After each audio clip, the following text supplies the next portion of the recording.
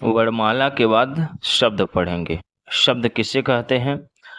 ध्वनियों के मेल से बने सार्थक वर्ण समुदाय को शब्द कहते हैं। शब्द को यदि देखा जाएगा तो मुख्य रूप से दो रूपों में पाए जाते हैं।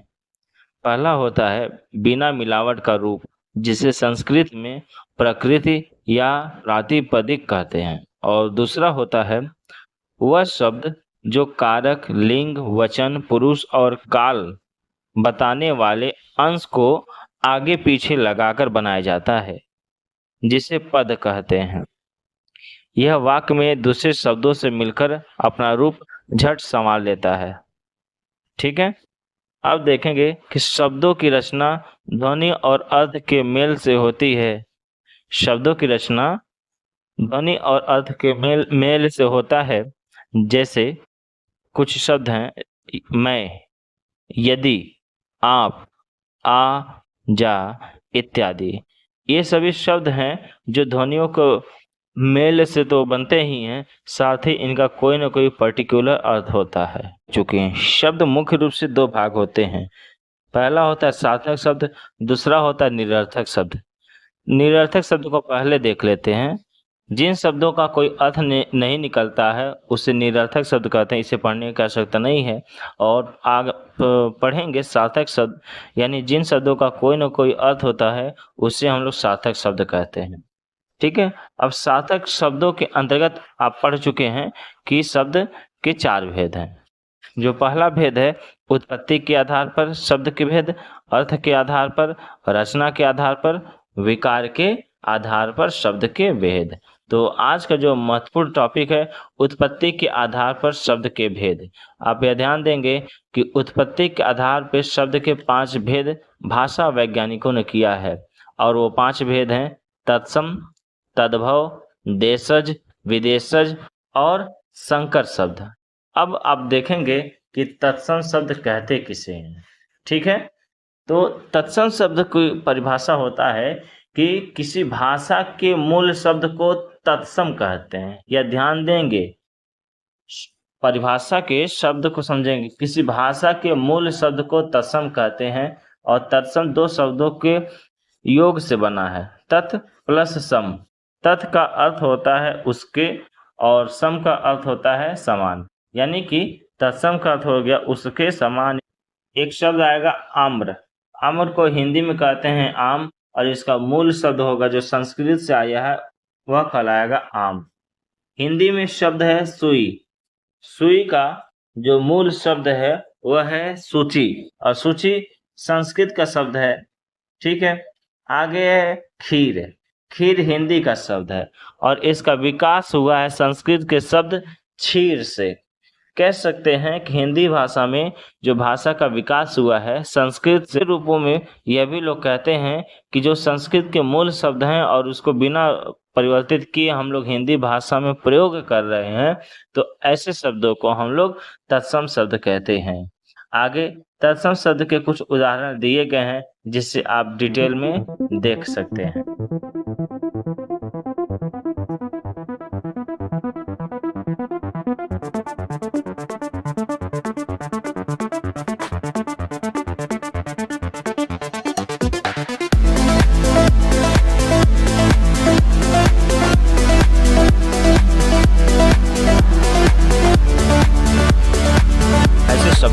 जो संस्कृत और प्राकृत से विकृत होकर हिंदी में आए हैं तद्भव कहलाते हैं। तद्भव 2 शब्दों के योग से बना है, तत् प्लस भव।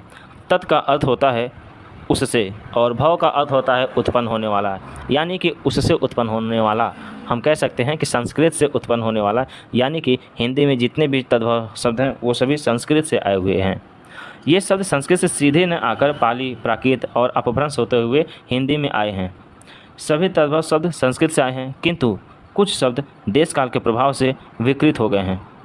यदि देखा जाए तो तद्भव शब्द 2 प्रकार के होते हैं। जो पहला तद्भव शब्द होगा संस्कृत से आने वाला है, यानी सीधे संस्कृत से आ गया है, और दूसरा है सीधे प्राकृत से आने वाला।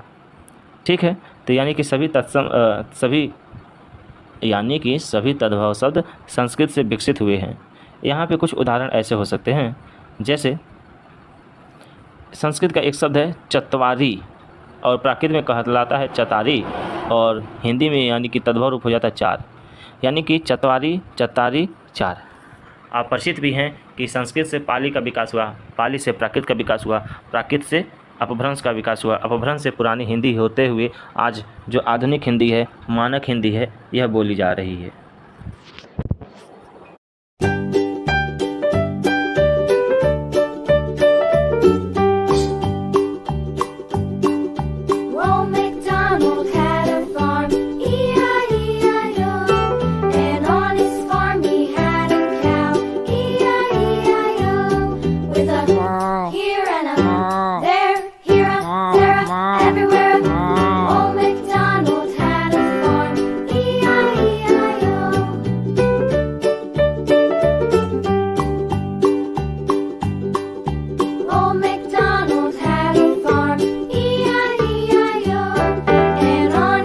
विदेशी भाषाओं से हिंदी भाषा में आए शब्दों को विदेशी शब्द कहते हैं। इनके अंतर्गत फारसी, अरबी, तुर्की, अंग्रेजी, पुर्तगाली, फ्रांसीसी आदि भाषाएं आती हैं। चूंकि अपने देश पर कई शताब्दियों तक विदेशियों का शासन रहा है, जिस कारण से अपने देश में अपने हिंदी भाषा में विदेशी भाषाएं ऐसे घुल मिल गई हैं कि यह पता करना कठिन हो पाता है कि यह हिंदी भाषा के शब्द हैं कि विदेशी भाषा के शब्द हैं।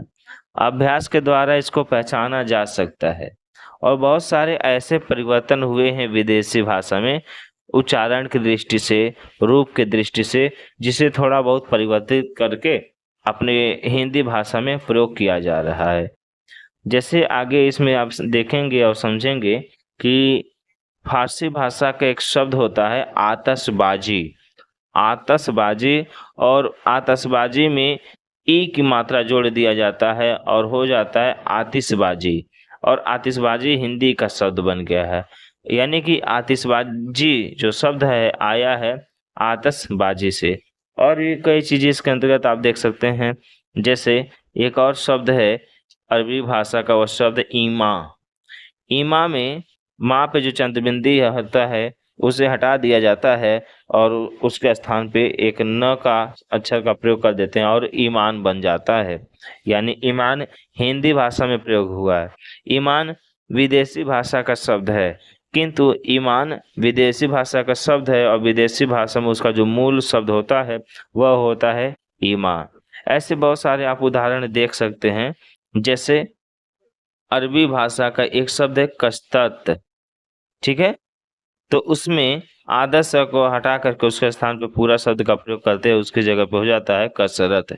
एक और शब्द है फारसी भाषा का किशमिश, यानी कि आधा स का प्रयोग हुआ है और फारसी भाषा के आधा स के स्थान पे पूरे स का प्रयोग कर देते हैं और किशमिश जो शब्द है वह बन जाता है किशमिश। यानी कि ऐसे बहुत सारे उनके रूप को, उनकी मात्राओं को परिवर्तित करके अपने सुविधा के अनुसार हिंदी भाषा में जो प्रयोग किए जाते हैं, तो ऐसे शब्दों को हम लोग बोलते हैं विदेशी भाषा के शब्द।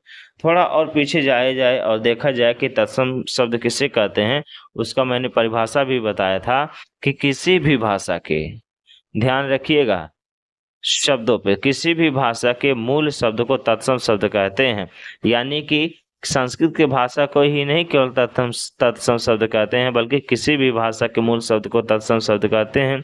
इसलिए डॉक्टर अंग्रेजी भाषा का तत्सम शब्द है और देहात फारसी भाषा का तत्सम शब्द है, और देहात का हिंदी भाषा में प्रयोग हम लोग करते हैं देहात के नाम से।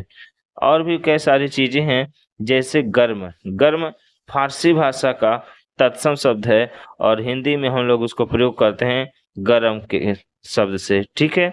ऐसे बहुत सारे शब्द हैं। जैसे कमीनह फारसी भाषा का शब्द है, लेकिन जो इसमें ह का उच्चारण होता है, विसर्ग होता है, उसे हटा देते हैं और उसके जगह पे आकारांत शब्द का प्रयोग करते हैं और हो जाता है कमीना। तो कमीना फारसी भाषा का मूल शब्द है, इसलिए वह तत्सम शब्द भी कहलाएगा। इस पे भी आधारित प्रश्न बन सकते हैं कि निम्नलिखित में से तत्सम शब्दों को छांटिए। तो प्रश्न बन सकता है अगर कहा जाए कि निम्नलिखित में से तत्सम शब्दों को छांटिए, तो उसमें लगभग हर भाषा का मूल शब्द दे देगा और कोई एक विकल्प ऐसा होगा जो उस भाषा का मूल शब्द नहीं देगा, और वह हो जाएगा भिन्न उत्तर। ठीक है, ये चीज आपको ध्यान देना है। आगे कई उदाहरण दिए जा रहे हैं, जैसे आपके अरबी भाषा के शब्द, फारसी भाषा के शब्द, तुर्की और अंग्रेजी भाषा के शब्द। इनको आप देख लेंगे और बार बार अभ्यास करना पड़ेगा।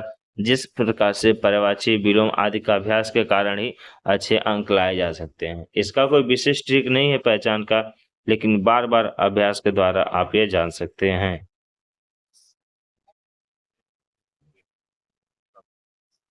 संकर शब्द, जो शब्द दो अलग अलग भाषाओं के शब्दों को मिलाकर बनाए जाते हैं, उन्हें संकर शब्द कहते हैं।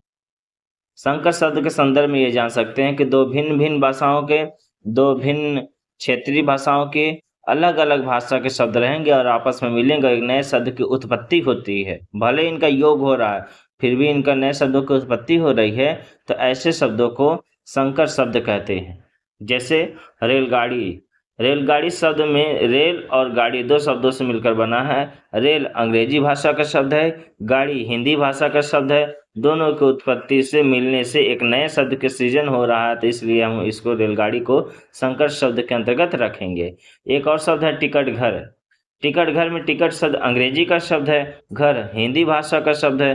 दोनों के मिलने से नए शब्द की उत्पत्ति होती है, इसलिए इसे हम लोग कहेंगे संकर शब्द। यानी संकर शब्द में दो विभिन्न भाषाओं के योग से मिलकर के नए शब्द की उत्पत्ति होती है। ठीक है, शब्द के कुछ और भी उदाहरण देख लेंगे। जैसे यहाँ पे एक शब्द आया है गमला। गमला दो शब्दों के योग से बनकर बना है। गम विदेशी भाषा का शब्द है और ला हिंदी भाषा का शब्द है, तो गम और ला मिलाने से नया शब्द बना गमला। अब आप सोच भी रहे होंगे ला कैसे एक शब्द हो गया, तो ध्यान रहे ला एक शब्द ही है, क्योंकि ला के द्वारा यह बोध हो रहा किसी के आने का, यानी ऐसे अक्षर जिसमें किसी भाव का, किसी अर्थ का बोध होके और सार्थक बोध होके, तो ऐसे अक्षरों को भी हम लोग शब्द कहेंगे। इसलिए गम प्लस ला, गमला के योग से नए शब्द बन रहा है, जिसे हम संकर शब्द के अंतर्गत रखेंगे।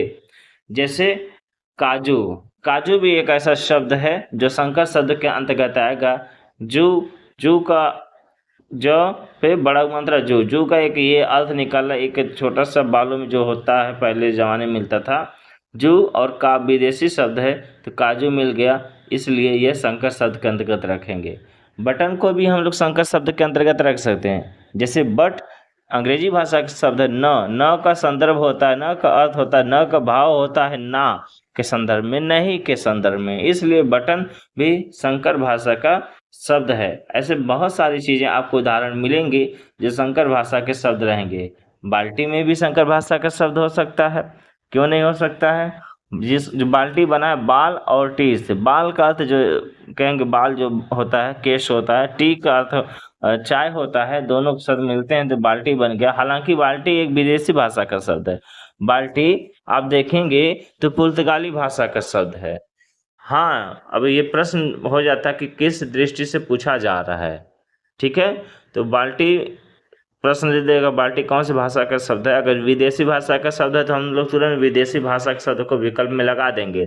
किंतु यदि विदेशी भाषा का शब्द विकल्प में नहीं दिया गया है और उस विकल्प में संकर भाषा या संकर शब्द दिया गया है, तो तुरंत हम लोग संकर शब्द लगाएंगे। कुछ प्रश्न ऐसे होते हैं जो विकल्प के अनुसार अपने तर्क बुद्धि के अनुसार सही किया जाता है। तो बाल्टी एक विदेशी शब्द है, पुर्तगाली भाषा का शब्द है, किंतु यदि विकल्प में पुर्तगाली भाषा नहीं रहेगा, विदेशी भाषा नहीं रहेगा और संकर शब्द रहेगा, तो हम लोग संकर शब्द को ही क्लिक करेंगे, संकर शब्दों को ही सही कहेंगे।